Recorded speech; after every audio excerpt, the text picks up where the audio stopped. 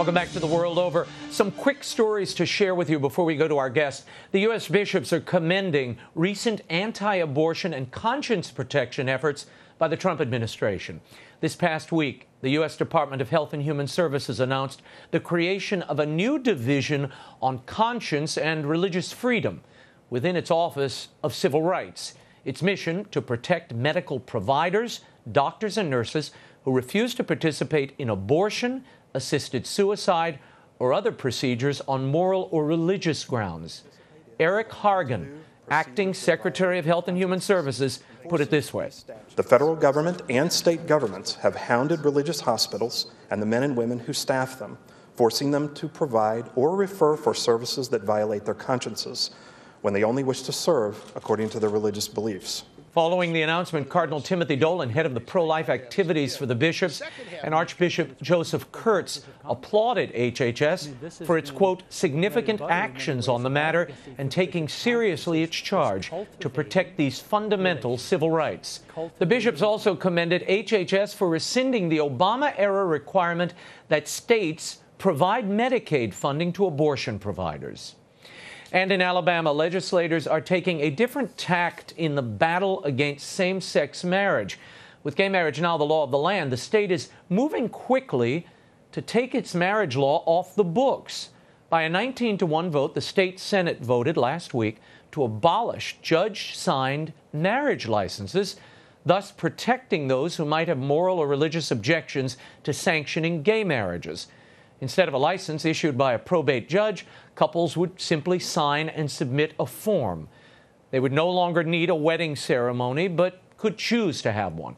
The legislation passed the House Judiciary Committee on Wednesday, and a full vote of the Alabama House could happen as soon as next week.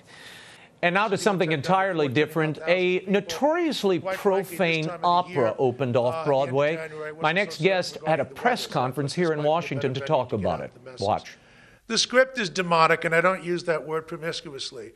If you read the script, if you see the presentation as I have, what it does is to basically transfers good and evil. Jesus is not good. Jesus is evil. That was Catholic League President Bill Donohue talking about a controversial musical opening in New York this week, Jerry Springer the Opera, produced by the New Group. My next guest held a press conference in Washington, as you saw there, to decry this musical, and there's something more. Bill joins us now to discuss this off-Broadway production. Bill Donohue, thank you for being here. Why focus on an obscure off-Broadway play, Bill? Some will say you're drawing more attention to the production by protesting it. Well, you know, when it debuted about 15 years ago in England, a very secular country, tens of thousands of Christians protested. If we get no reaction in this country, then shame on the Christians for this. Look, if this were not funded by the public sector, and I'm going to talk about that in just a second, if it was just privately funded, I would still raise objections because it is the most vile, obscene, anti-Christian performance ever seen on the stage. And I've seen and I've heard and read about an awful lot of others in my tenure, about a quarter century at the Catholic League. This is number one. So if we don't say anything about this, then we're pretty lame.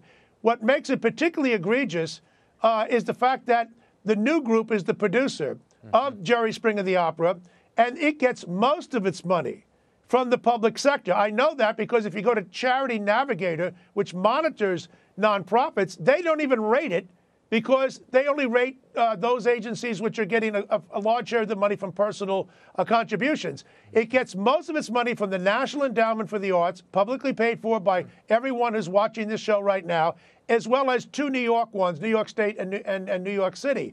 So you've got public funds are used to bash my religion, but I'm told over and over again by the church and state wizards that you can't use public money to promote religion. So since when can you take public money and bash my religion? It would be wrong if it was done by private sources. this is what makes it particularly disgusting. Okay, and we're going to explain a bit of what this is. I'm going to show the audience, Bill, and we went through a lot of video here.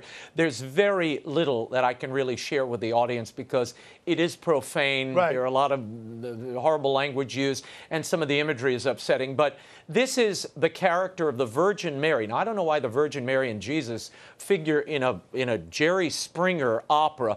Even the man himself has distanced his name from this production, but I guess he's a public figure, right. So there you go. This is the Virgin Mary character singing "Where Were You" to Jesus. Watch a little bit of this.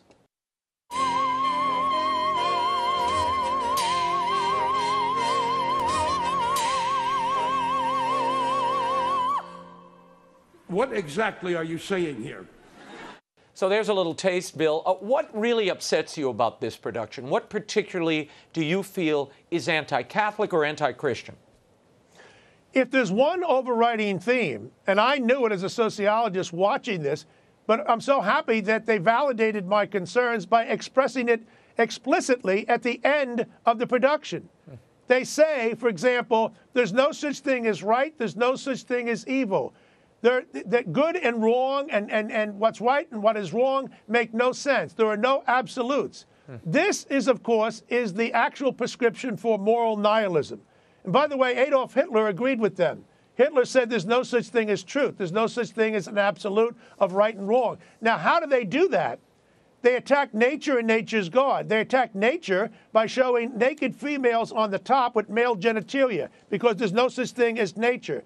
They attack Jesus, who apologizes to Satan.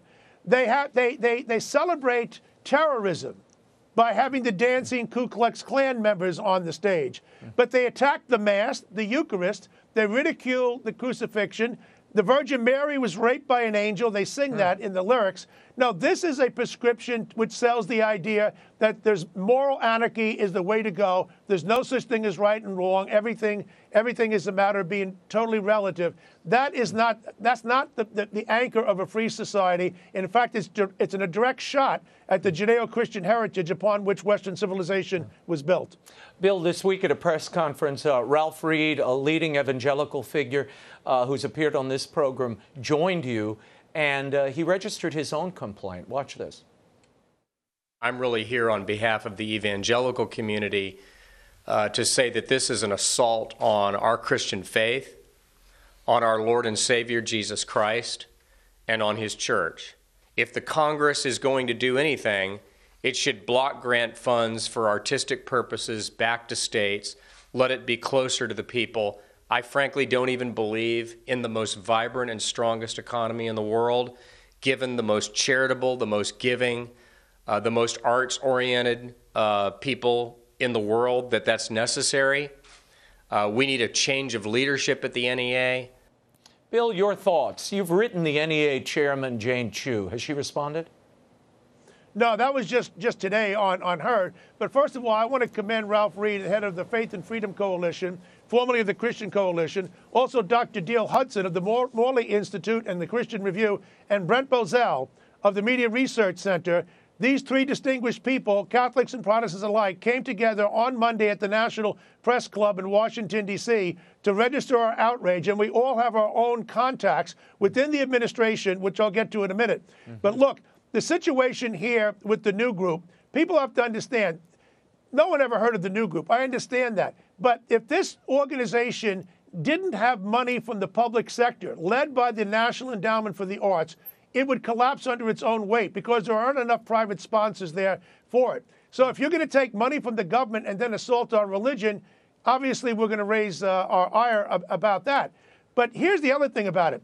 There's an incestuous relationship, as I pointed out to Dr. Chu in my letter today, the head of the NEA, and I said, listen, you're not supposed to, by your own guidelines, you're not allowed, the NEA, to give money for operating expenses.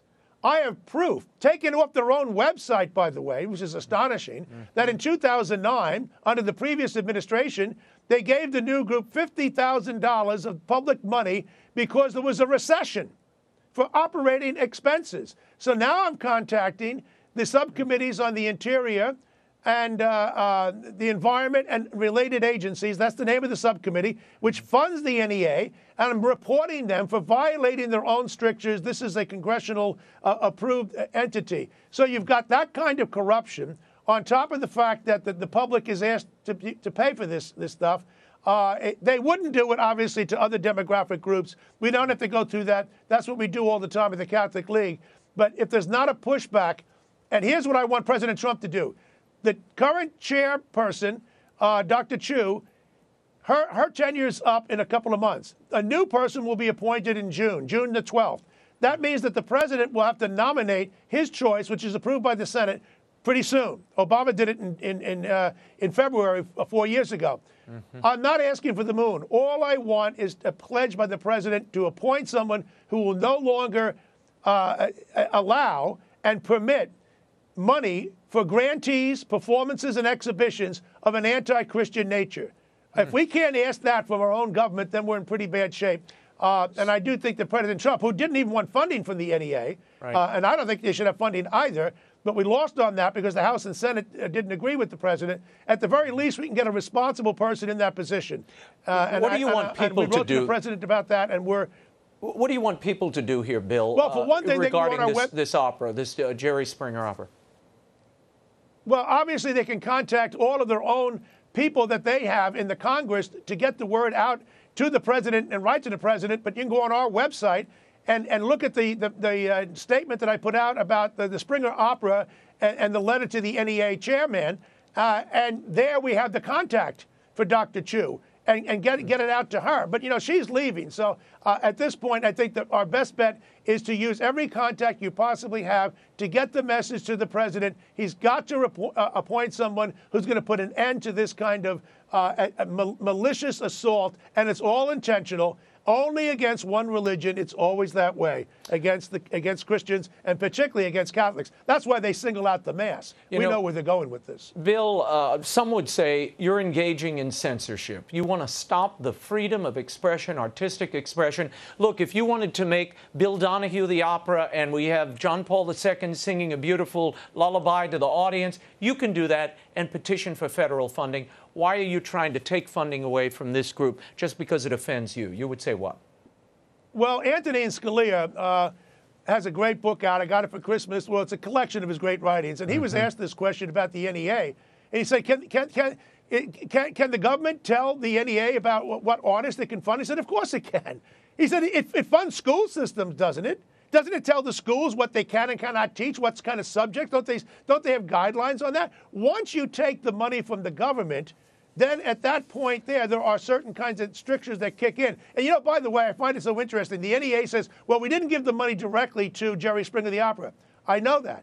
You gave the money to the production company, which would fold absent your funding. Now, when you have a disaster like now where you are, where you live and your family, Ray, with Katrina, or here in New York with Sandy, and you have all kinds of schools that have been damaged and roofs torn apart, right. We have no problem giving the money to the public schools. Then there's a big fight. Should we give any money to a Catholic school which had its roof blown off? People say, well, you can't give anything because if you do, somehow it'll wind up supporting religion, you see. But now when it comes to this, they're going to try and dance around it the way Planned Parenthood does and say, well, we don't directly fund abortions. Well, who cares? You indirectly fund them because you get the money from the federal government, and that supports all of your operations. So we're not going to allow them to play this game. Indirectly, the NEA funded Serrano, they funded Mapplethorpe, and now they're doing with Jerry Springer the opera. Bill Donohue, thank you for being here. And we have a First Amendment right. We will stay after this story. You can always find Bill's press releases and commentary at thecatholicleague.org. Thanks again, Bill.